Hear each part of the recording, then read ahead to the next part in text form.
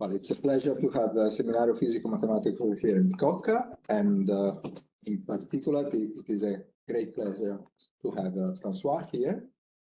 I know since quite a long. It was really a privilege. And well, Francois did his PhD thesis in Marseille in 2002 under the supervision of Etienne Pardou on forward-backward SDEs and applications to homogenization of quasi-linear PDEs.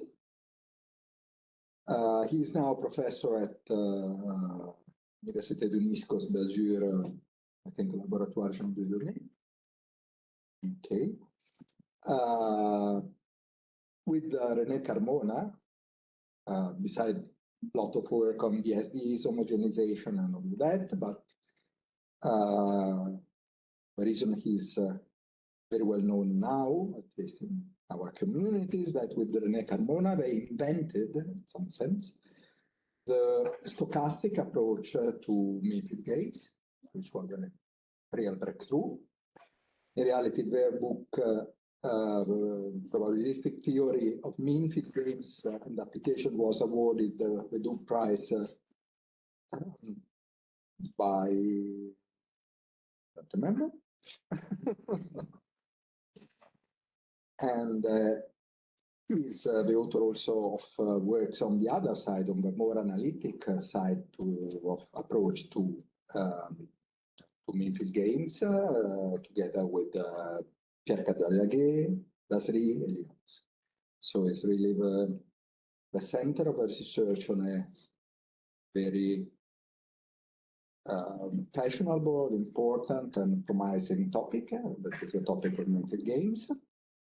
And recently, in 2021, he received an ERC advanced grant for the project ELISA Exploration for Large Interacting Systems and Agents. These are just formal statements, having had the privilege to discuss several times with Francois. I have really to say that the real thing is the depth of his mathematical point of view on all the problems he has studied. So it's really a pleasure to have you here. So thank you for the invitation. Thank you for the introduction. And thank you, Maurizio, for the organization. So I would have been happy to stay for a longer time, but this was like this, and so I'm just here for the day.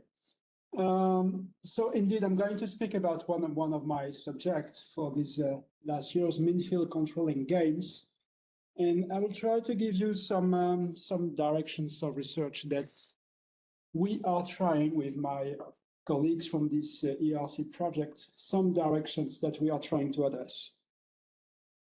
And one thing in the talk is that you will see outside these questions of games and control that there will be questions related to PDEs on the space of probability measures, which are tools that you see more and more outside this specific question. So for the first part of this talk, I will give you some motivation. So basically, there will be no specific results in maths, and this will be for section 2 and section 3. So I hope that this will be quite accessible, even though you are not from the field, and I will try to wave my hands as much as possible to explain to you what is the purpose of this theory. So very briefly, what we want to do is to study optimization problems. I will tell you more about what it means over a very large population, where you have many what we call players. It could be particles, but basically these are called players because they can tune some actions. They can decide what they are going to do or what they can do, and this has an influence onto the dynamics. And now we make the distinction between two classes of minimization problems. The first one is that you may have some cooperation between those particles or those players. Very briefly, they try to cooperate in order to minimize some common costs on the society. And so all of them are pushing in the same direction. So this is one first class of optimization problem that you could have for many, many players. Another one, and this is what we call games, this is when players compete. Somehow they are selfish now, and the only thing that they are interested in is their own cost or their own wealth, if you want to maximize. And so they want to minimize their cost. And so in the end, you have some competition, and there is no longer an optimizer. You just have some kind of compromises between the players. And you will see that the two questions are related in terms of modeling, but also in terms of mathematical tools. And I will try to say more about the two of them. So just to give you a very brief illustration of the distinction between gains and control in this mean field setting. So here, this would be a mean field control problem. So you would have a farming problem or a farming equation with many drones, and you want to use at best your drones in order to maximize your benefits or your production at the end of the year. So you see that you are the chief and you want to optimize the use of all these drones that you have. So it means that the drones now, they are cooperating. So this would be a mean field control. I have to explain next what mean field means, but this would be this, you should keep in mind this picture. Here, this would be gains. Here, this is the roundabout Place de l'Étoile in Paris, and you assume that you are one of the drivers, and what you want to do is to cross as fast as possible the roundabout. So you don't care about what the other ones, somehow you don't want to minimize the times for the other ones. The thing is that you want to minimize your own time to cross the roundabout, but for sure you see the other ones. And you see the other ones because if the population or the density of population is very high, for sure it takes you more time to cross the roundabout. So you really see the distinction between gains and control problems. Okay.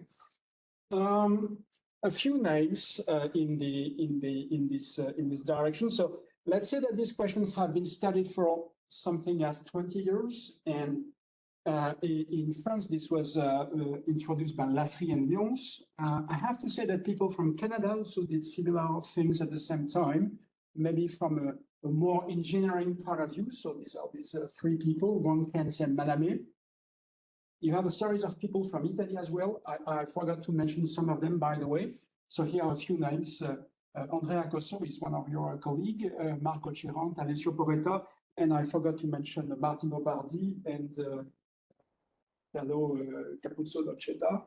And also you have further people, Yves Ajdou, Pierre Cardaliaguet, my collaborator, René Carmona, on this book. One of his students now who is very active in this field, Daniel Baker. So these are instances of people working in this field. So let me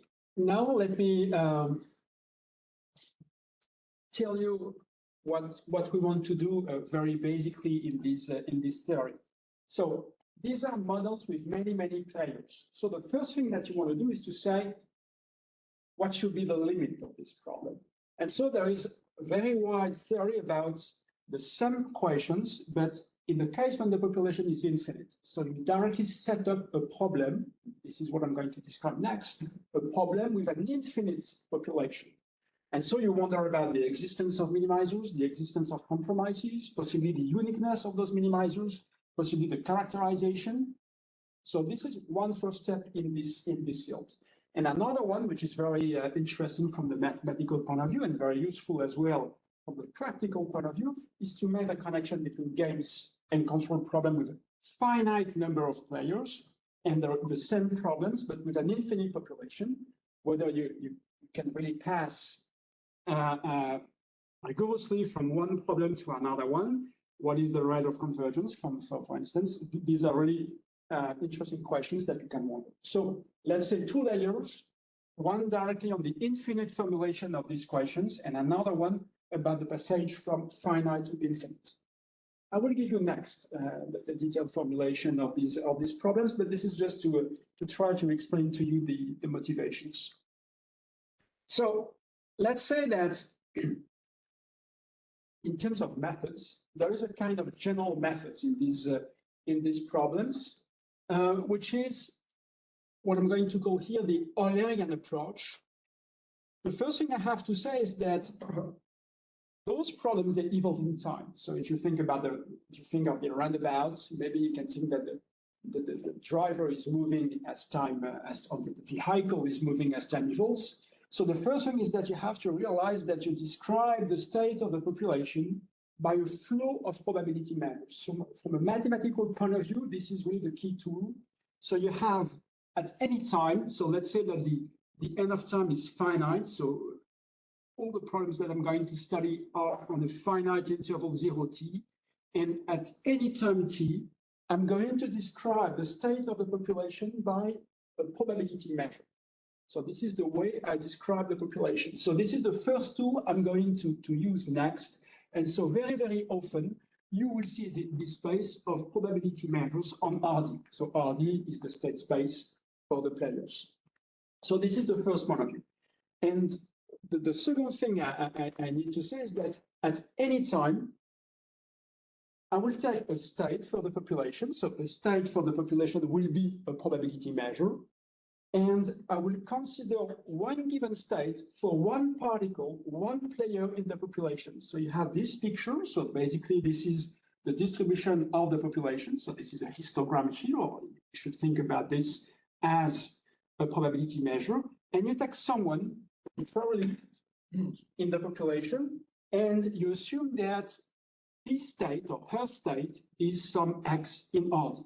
So I am given these quantities, T mu x, and the point is that I expect, and this is what I'm going to tell you next, that the best thing, either the best for the control problem or the best for the game problem, that this person is going to play at this time t, when the histogram is mu and the state of this one is x, is a function of t, mu, and x. Okay, this is a guess, and you will see this next. But this is something that you have to realize. And then the unknown in the story is this function. So this is a function that maps the inputs onto an action. Well, the states for the action in the rest of the talk, this will be a Euclidean space. So you have to think about this mapping as a function from RD, basically to simplify into itself. But I'm looking for a function of t, x, and the measure. This is really a key point from a mathematical point of view. And the next thing, and I will give you some examples of this, is that we are going to describe the evolution of this mapping V in the form of a PD. So for those of you who know control theory in Euclidean setting, this should not be a surprise. This is connected with Hamilton-Jacobi equations. I will say more about this, but you have to keep in mind that we will get a PD. So outside the motivation, outside the modeling, we are studying PDs, but PDs depending on the measure, on the probability measure. And so we have a probability on the space of probability measures. So if you have a look at this evolution PD or this PD for V, so here you have the time derivative, and there will be a function of the function h, I will tell you more, of V itself, but also its derivatives. Sure, this is a partial differential equation, but the key point is that there will be derivative in the direction of the measure.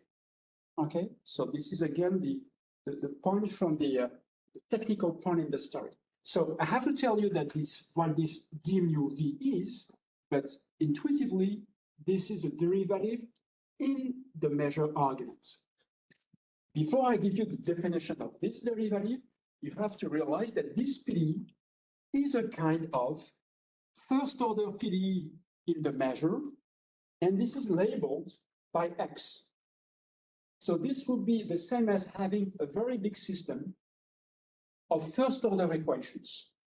Okay, so first order in the measure, and the label would be X. So in this sense, this is difficult because if you know a bit of PD, you know that hyperbolic systems, they are difficult. And so we will face some difficulties in the analysis of this PD. And the question is how to face, in some cases, how to face these difficulties.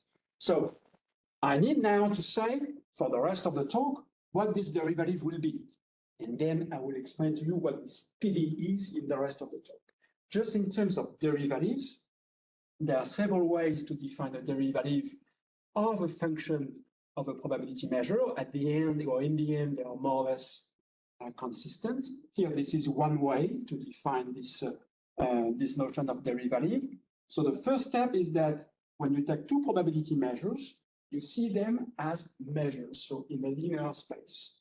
So what you do is that you make linear perturbation, or maybe I should say convex perturbation, because the space of probability measures is convex.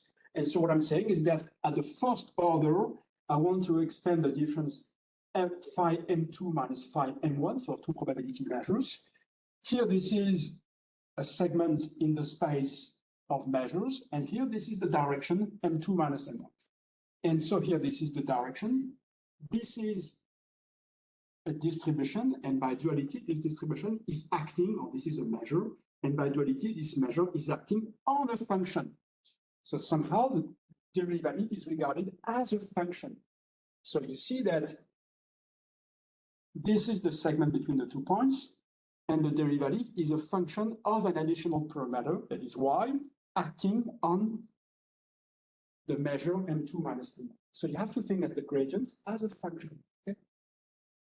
So this is one type of derivative that is called flat, because you really work at the level of the space of measures. So this is delta. My notation delta is for this flat derivative. Now, and you will see next that this is the right notion of derivative. In fact, in all the computations that you have, the key derivative that appears is this d mu, which is the same as this d mu here.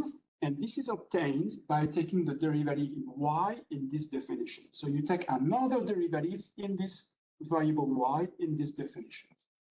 Okay, you will see next how these derivatives appear in my computation. But this, I think that this definition is quite simple to understand in a short talk like this. Okay, just to be sure, you can do this as an exercise. So you take a very simple example of a function of a probability measure. So you take, I did a mistake. This is d mu x and d mu y. Sorry, I forgot mu. So you take a function of x and y that is symmetric in x and y. So this is the symmetry. Here, this would be mu dx, d mu x, d mu y. You integrate this interacting function and you compute the derivative. And this is a very nice example to see that when you compute the d mu of this, you get the derivative of f convoluted with mu, and you compute the convolution at this point y, which is exactly this one. So you can make the computation. This is pretty simple. Okay, so we have a computation of a differential calculus on the space of probability measures. Fine. Now, what do we want to do in this story, and why do we have those probability measures, those PDs on the space of probability measures? In general, we call those PDs on the space of probability measures in midfield games and midfield control. We call them master equation because they describe or they encode all the information about the game or about the control problem. The first question is, we are looking for classical solutions. I will tell you why we would like to have classical solutions. Is it difficult? Why should we have classical solution? Second challenge is, if we don't have classical solution, is there any way to weaken the notion of solution and to have weaker solutions? And what is the need, or how can you use some weaker notions of solution? And if you don't have classical solutions, is there any way to enforce classical solutions as you can enforce classical solutions in finite dimensions? So this could be examples or instances of questions that you could wonder in this setting. So let me give you some possible answers. So classical solutions in general we don't have, but we have classes of examples for which indeed we have classical solutions to this PD. This is one first remark. What is the need to have classical solutions? For sure, this is a mathematical question. Another one is that once you have classical solution to the limiting PDE, so this one in infinite dimension, it turns out that this is a way to compute the rate of convergence to pass from the finite models to the infinite model. So this is one key step. Once you have classical solutions to these very big PDEs, in fact, you can get some rate of convergence to pass from the finite modeling to the infinite model. Okay, now what could be the purpose to have a weaker notion of solutions? Well, again, you need some classes of examples, and I will give you some examples next. And the question is it useful? And this is exactly what I'm going to discuss in this talk. When we don't have classical solutions, how can we still have a rate of convergence in some of this problem, even though the notion of solution we have to the PDE is weaker? So we have a weaker notion of PDE, a weaker notion of solution to the PDE. What does this question become in this under this weaker setting? So this is one first thing I would like to address in this talk. Another prospect is the third point. If you think of PDEs in finite dimension, you know that if you put some viscosity, if you put some noise from a probabilistic point of view, then you can enforce the existence of classical solutions. Is it possible to do the same? And what would be the meaning of putting a noise in a mean-field model to get some, or to recover some classical solutions to these very complicated PDEs? So these are two examples of questions that I would like to address in this talk. Okay, so the first one, this is exactly this one. This is what I'm going to call mean-field control. So now I'm going to explain to you exactly what is the model, and then you will recover some of the questions that I have described in the previous talk. And there is this remark that this is outside the convex setting. In fact, you have a minimization problem, and if everything is convex, somehow everything is nice. This is the same as saying that when this is convex, I will get classical solutions to these big PDEs. And I would like to see what happens outside convexity. This would be my objective. I have to say that I will illustrate this idea when passing from finite models to infinite models. I have to say that this is connected to the point that I mentioned. For those PDEs, in some cases, do we have weaker notion of solutions? And the answer is that this is exactly connected to have some viscosity solutions, as we have viscosity solutions in finite dimension, on the space of probability measures to some of these PDEs. And some people here in Milan, they do this. For instance, Andrea Cosso is a specialist of this question. Here are other names, Mette Sonner, Samuel Dodin, and Ben Sieber. So this is something that is very, very active at this time. Okay. Now I'm really detailing the model. So I gave you some objectives, completely abstract. Now I give you an example of things that we can do. So I am coming back to the case when you have capital N players. So now the players are in finite number, okay? And as I told you before, they move with time. So T is time and I is the index of the player. Okay, I'm going to have a very simple evolution, very simple. So here this is a noise, and here this is a control, or this is an action. So you are player I, you can choose your velocity. Alpha I is an action, this is here the velocity, and you can choose the velocity. Once you have chosen the velocity, maybe there are some fluctuations in the implementation of the velocity, and these fluctuations, they are encoded by means of this noise, which is a Brownian motion. All the noises, I'm going to assume they're independent. So the fluctuations are purely local somehow. And when I'm choosing an action, a velocity, I am just choosing this action, given the observation I have, up to the current time, up to time t. Okay. Now this is something that is quite complicated. This is the cost that I would like to minimize. So if you know nothing about control theory, I have to say that this is a very standard form of minimization problem that you have in control theory. Let me try to explain this. So there are three terms, G, F, and L. So you start from a tuple. So these are initial conditions for your particles or for your players, and you start from a given time. It could be 0, or as before, it can be any time between 0 and t. Okay, and then I want to minimize something, and this something again, it depends on this thing that is in red, and this quantity is what I'm going to call the empirical measure that is associated with the vector x1, xn. So this is the way people interact. So in fact, I record all the states of the players, and I just see the result of this, and this is what we should call the empirical measure of my vector x1, xn.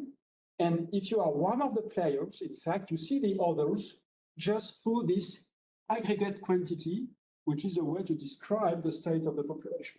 This is the same as a histogram for your vector x1, xn. So this is a probability measure exactly computed as a sum of weighted delta masses at the locations of the vector. And so at any time between t and capital T, I have some cost for the interactions or some kind of potential energy, depending on the state of the population at a given time t. And I do this for any t, and I integrate, and I do the same at terminal time. And here there is, I forgot to say, here there is another cost that is related to the choice of the action, and a very specific example, but that I'm going to choose till the end of the talk, is that you take a kind of kinetic energy. So you take the square of the velocity, and you make the mean over all the velocities of the individuals, of the players. And you want to minimize this, okay?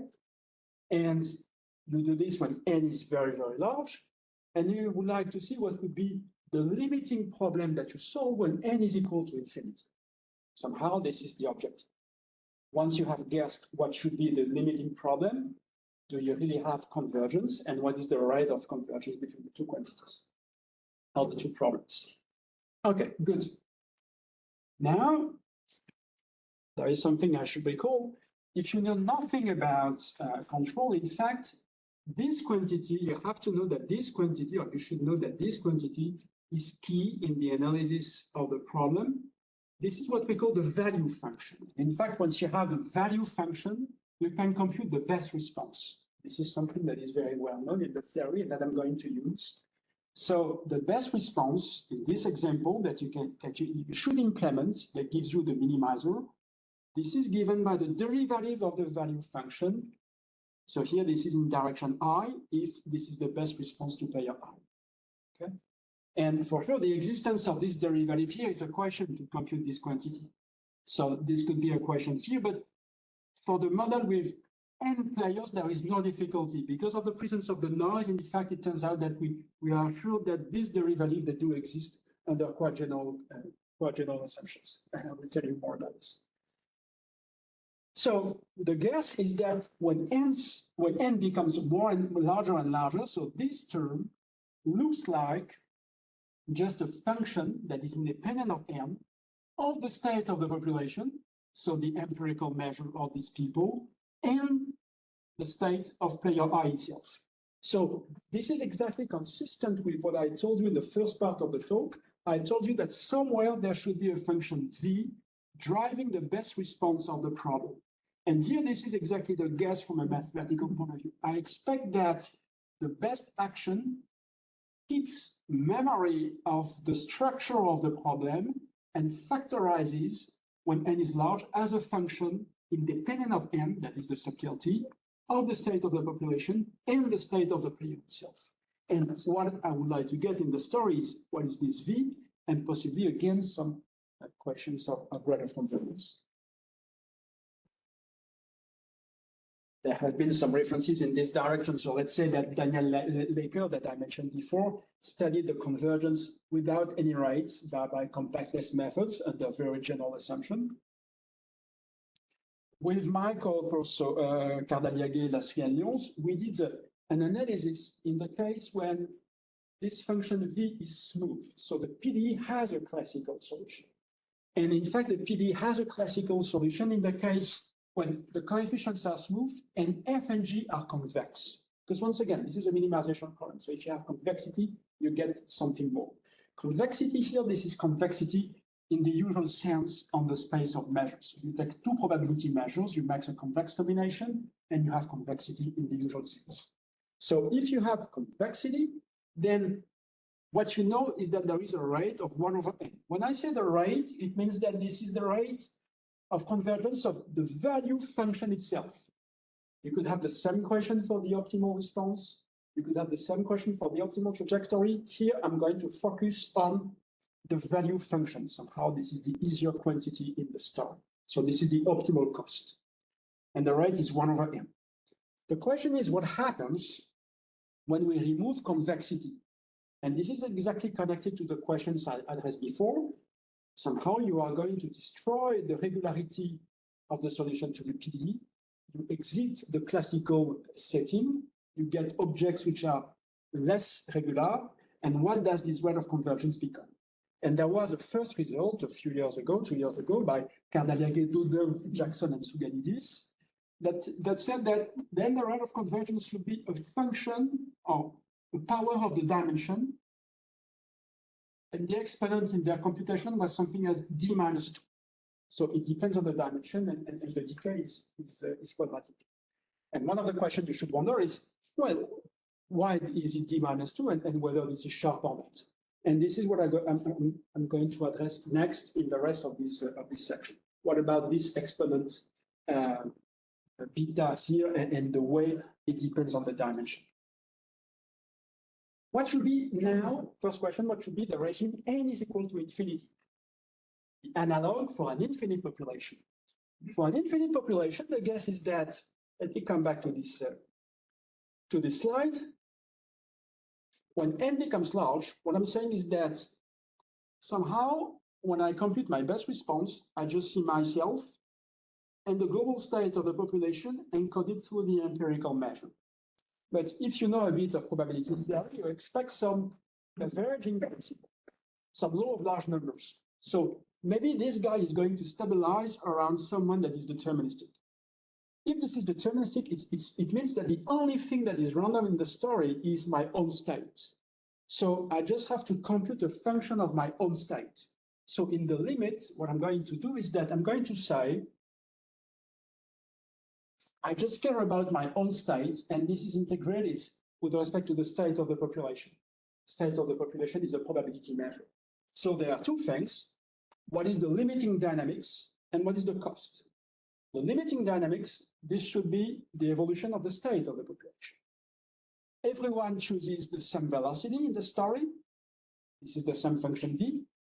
So everyone plays the same velocity. This is a function of x. And if you choose the velocity, if you have the noise, this is something that tells you that the evolution of the state of the population obeys what we call a Fokker-Planck equation. So this is the dynamics of the population when you choose one velocity for the players in the continuum of players. And now what is the cost? The cost is that you take the velocity and now you average with respect to the measure m that solves this equation, and you replace the interaction through the empirical measure by the interaction through this solution of the Fokker-Planck equation. So this is a minimization problem or an optimal control problem over Fokker-Planck equations. So the Fokker-Planck equation tells you how the population evolves when you choose one action, one velocity field for any of the players in the population, and this is your cost, and you want to minimize. So this should be the problem when n is equal to infinity.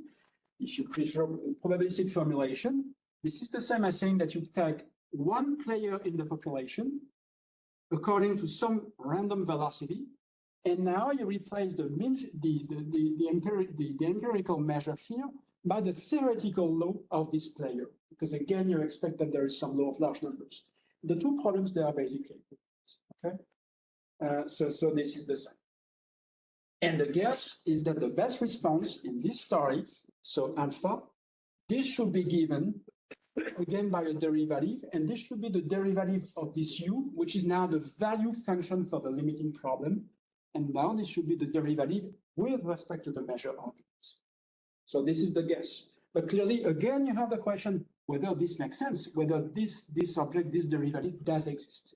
And maybe because you are in infinite dimension now, this is more difficult. Okay. Okay, if you remember the notation I had before I told you that the best response was something as v of t, mu, and x, and now you see that v is a derivative. This is a very nice setting where, in fact, the best response derives from a potential. The potential is this function u. So it comes from the fact that since I have a minimization problem, I have a lot of structure in my problem, and so this is very useful too. Okay. Just a detour, if the derivation of this Fokker-Planck equation is not clear to you, if you come back to something without control, so here there is no control, the only thing is that I froze a velocity field, so somehow I froze the choice of alpha, so this is a field B.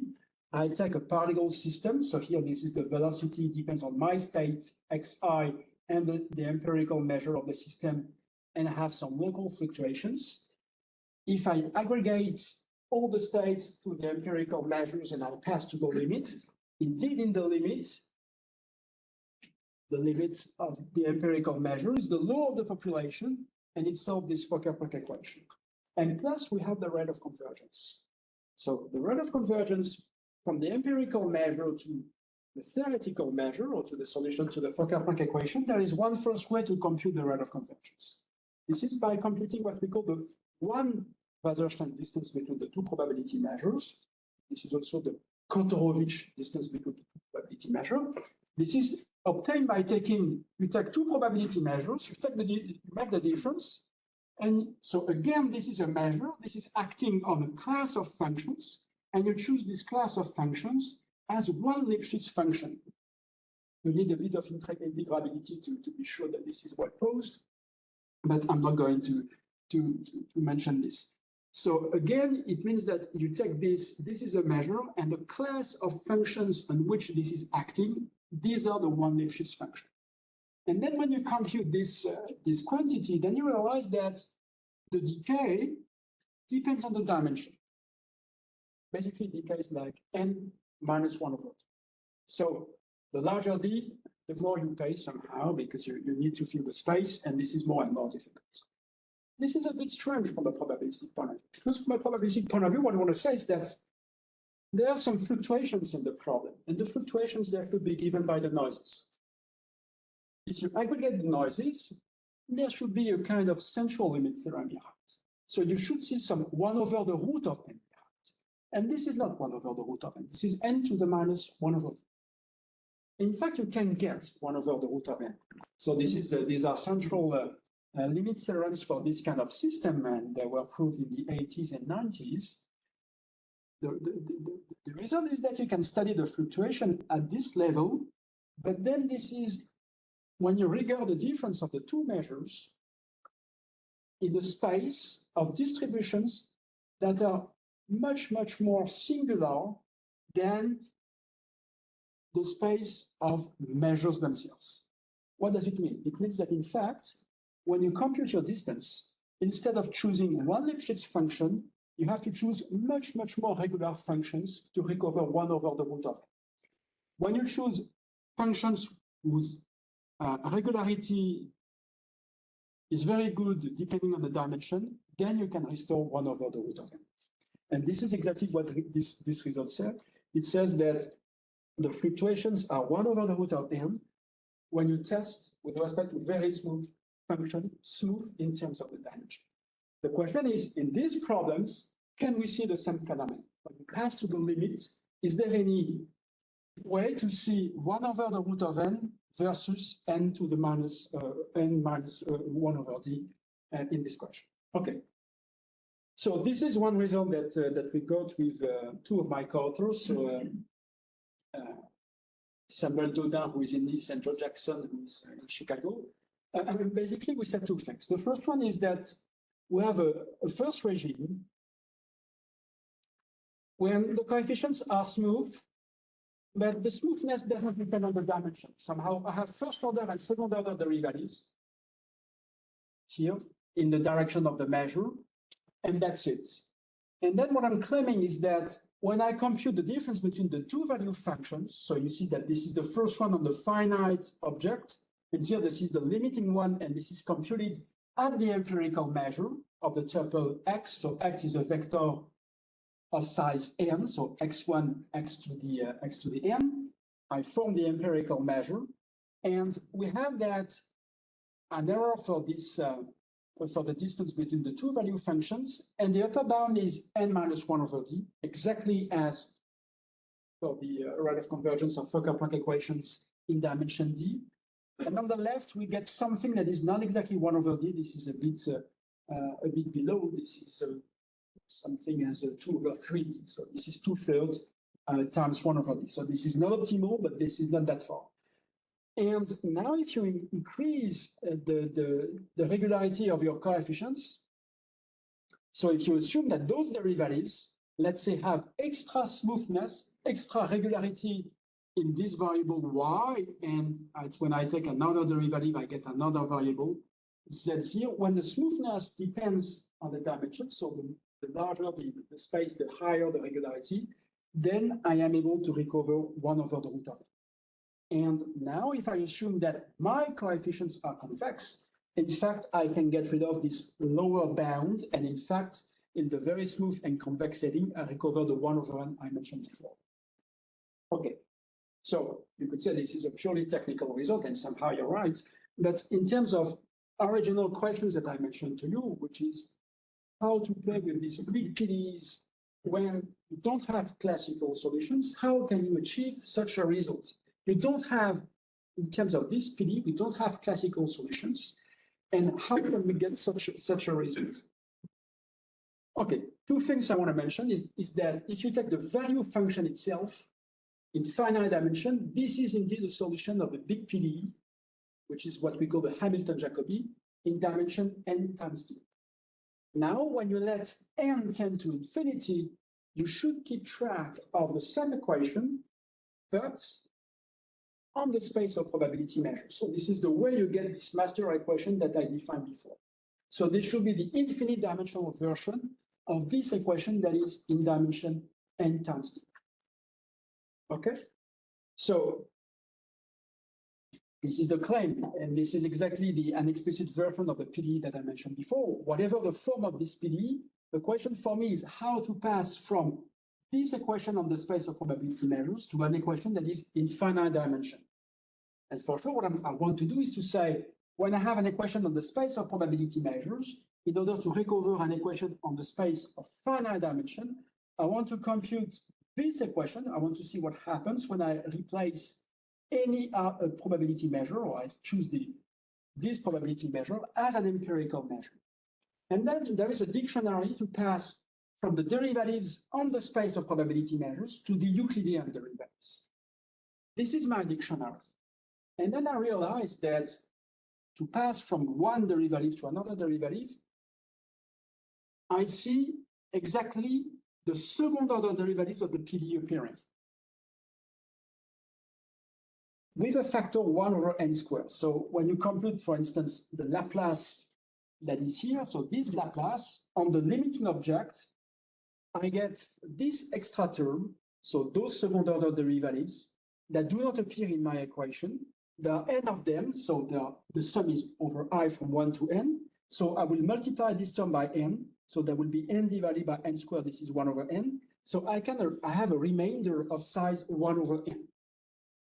When this object is smooth, this is my remainder. Somehow this is the rate of convergence. This is this 1 over n. When this is not smooth, I don't have this quantity. It does not exist. And so the question is how to modify to get a modification that somehow preserves the PDE and that gives me an approximation of a given order that will be multiplied by 1 over n. And so what I wanted to tell you as a message for this first section is that when things are not smooth, I have to modify a little bit my PDE to see what is the impact of the modification onto the rate of convergence. And this is precisely in the choice of the modification that I will see the regularity of the data. And so this is my final slide on this part. is that to modify, let me just explain this to you. I don't want to enter the details. To modify, what you do is that you take an argument that is well known in vanishing viscosity method in finite dimension, which is to use subconvolution. So this is a way to say you take a function of a probability measure. In finite dimension, this would be a vector. And then you take, so M is the input, Q is here, this is another element, and you penalize the distance from M to Q by the square distance divided to something that is very, very big. So you want to compute the maximizer, in fact, that is here around the point Q. And in finite dimension, the choice of this distance is very natural. This is usually the Euclidean distance. And in infinite dimension, this is not trivial. And our result is to say that you should work with Sobolev distances depending on the dimension. And this is exactly the way you see the trade-off between the regularity of the coefficients and the rate of convergence. This is in the choice of this norm here for the modification, which is exactly the same as the choice of the topology when you study the rate of convergence in Makin-Vlasov or in Fokker-Planck equations, depending on whether this is Wasserstein or this is a higher topology or more regular test function, you don't get the same rate of convergence. And in our problem, this is encoded in the way you modify the function. Okay, so this is one first example of problem. When things are not smooth, you see that you don't have the second order derivatives, you modify, and in the choice of the modification, you see the choice of topology on the space of probability measures. Okay, to finish with, I would like to give you another example of problem in this story. So in the first one, I told you I want to see the impact of possibly singularities of these PDEs on the rate of convergence from finite to infinite problem. Now I want to take another point of view, and I want to say I want to create some additional viscosity to get some classical solutions in any case. This is the same as saying that in usual PDEs, if you put an additional viscosity nonlinear equation, you can restore the existence of classical solutions. So how could you achieve this in the setting that you have? So the objective is just to say that in the dynamics of the Fokker-Planck equation, you want to put an additional noise that would create on the space of probability measures some viscosity. So this is a topic that is somehow different from the original one. This is connected, but this is a question that has its own interest. And this is related to the question of constructing a Brownian motion on the space of probability measures. So this is another question that I would like to advertise. When you want to create some viscosity in this big equation, somehow this is connected to the way or to the idea of having a Brownian motion on the space of probability measures. And in fact, it turns out that this is a difficult question, even in dimension one. So and here I'm going to give you some illustration of this phenomenon in dimension. So I'm going to focus on the case when now my probability measures, they are probability measures on R and not RD. I have to say that the idea of having Brownian motion on the space of probability measures, this is not a new idea in probability theory. So you have all these people working in this with contributions in the same direction. And I have to say that the work of Delarue more recently, they are in higher dimension. Now it depends on what you want to do and what you require as properties for your Brownian motion. Here, what I want to have, in fact, this is a process on the space of probability measures with nice modification properties. I want the semi-group to have nice modification properties because I want to solve my nonlinear PDEs, and I know that to do that, I need at some point some modification properties of the semi-group that is behind. Exactly as for the usual viscosity in finite dimension, I am using the modification properties of the heat kernel. So what will be the same here on the space of probability measures? So I'm going to give you one possible answer, very modest, that we have proposed with one of my young collaborators in this, which is inspired from the approach that Lyons gave from the differential calculus on the space of probability measures. In fact, what I told you before is that when you compute the derivative of one function on the space of probability measures, you do convex perturbation on the space of probability measures. In fact, there is another way, which is to say that instead of regarding probability measures, you consider random variables.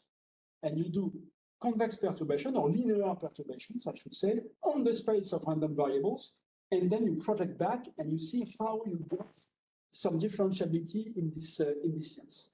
And I'm going to retain the same idea for having a random process on the space of probability measures. I'm going to say I am moving on the space of random variables, and then I project back onto the space of probability measures. So this is a very natural idea. So let me say, I do some steps, let's say Gaussian step in a space of random variable. For instance, I can construct my random variable on the torus equipped with the Lebesgue measure. So here, this is the one-dimensional torus.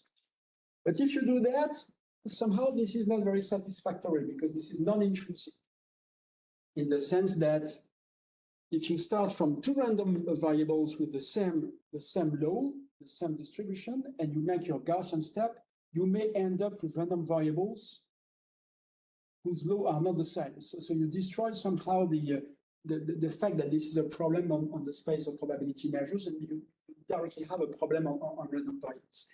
And what I would like to do is to give you a construction that restores this or that avoids this drawback, and that creates a problem that is really intrinsic on the space of probability measures.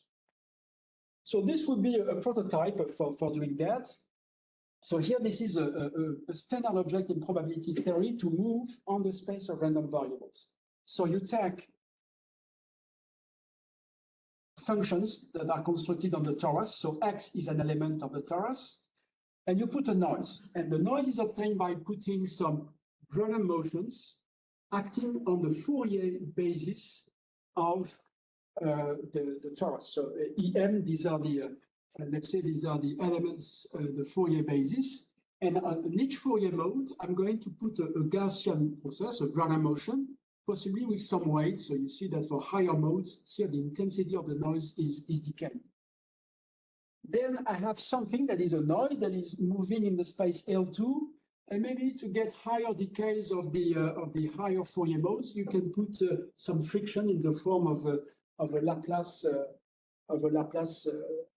operator acting on the variable itself. So this is what we call the stochastic heat equation, and here the noise is exactly this one.